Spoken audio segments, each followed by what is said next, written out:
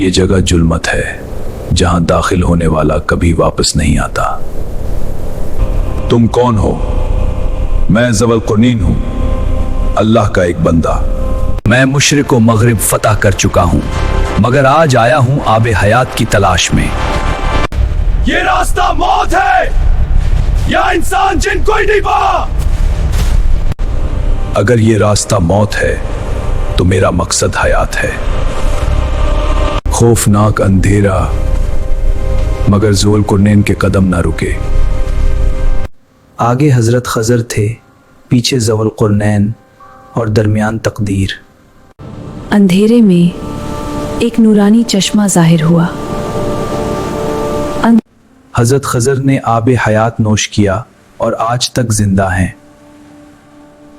مگر ذوالقرنین کے حصے میں صرف خاموشی تھی اور آزمائش۔